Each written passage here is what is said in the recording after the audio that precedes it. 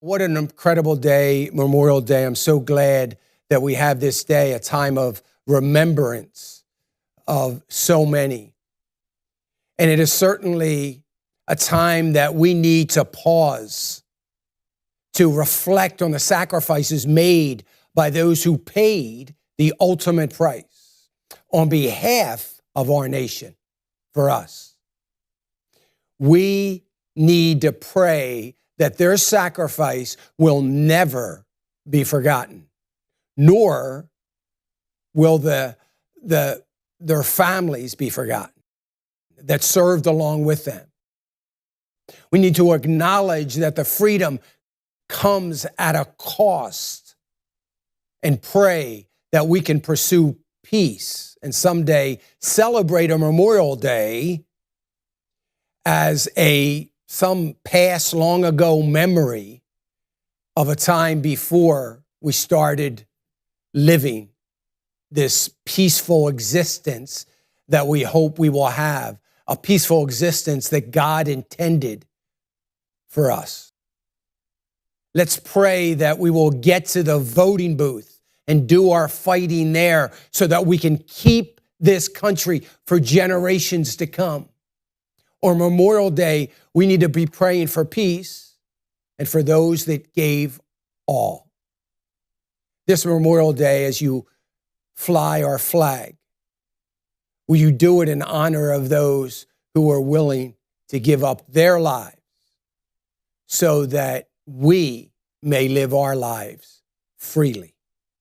Will you express to your children, your grandchildren, maybe your guests that are there this weekend or today, as you might be barbecuing or outside with friends and neighbors and family, will you share the reason why today we are flying the flag? And when you give a prayer of thanks for the food, will you give a prayer of thanks to God for raising up such a great country, and for a God that raised up so many brave men and women that were willing to give the ultimate sacrifice so that we can be free to be with our friends and our neighbors. We can be free to continue to fight for peace through this nation. I believe that we are living in a time today, a time like we haven't seen in a very, very long time. We are living in a time where through politics, the divisiveness of this nation is beyond description. It's sad as we look at what we have become in just the last 10 or 15 years. It is amazing. We have taken steps backwards in so many areas. It's got to stop. And it's not going to stop without the blessing of God. We need to continue to pray every day for our nation. And I hope that all of you, as you think about these things, about what our flag today represents, that hopefully you'll be motivated to fly your flag every day. And as you look at the flag, that you will salute it in your heart and give thanks to the great country that God has given us. And you'll give thanks to those men and women that have given the ultimate sacrifice. I hope you have a wonderful day today, a peaceful day, a great rest of the week. And we'll see you back here tomorrow.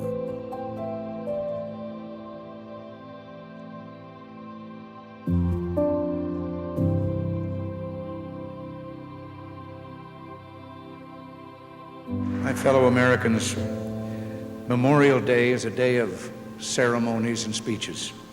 Throughout America today, we honor the dead of our wars. We recall their valor and their sacrifices.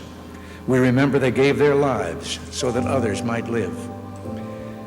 We can be worthy of the values and ideals for which our sons sacrificed, worthy of their courage in the face of a fear that few of us will ever experience, by honoring their commitment and devotion to duty and country.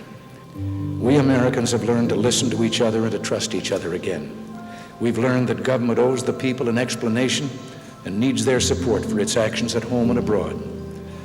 And we have learned, and I pray this time for good, the most valuable lesson of all, the preciousness of human freedom.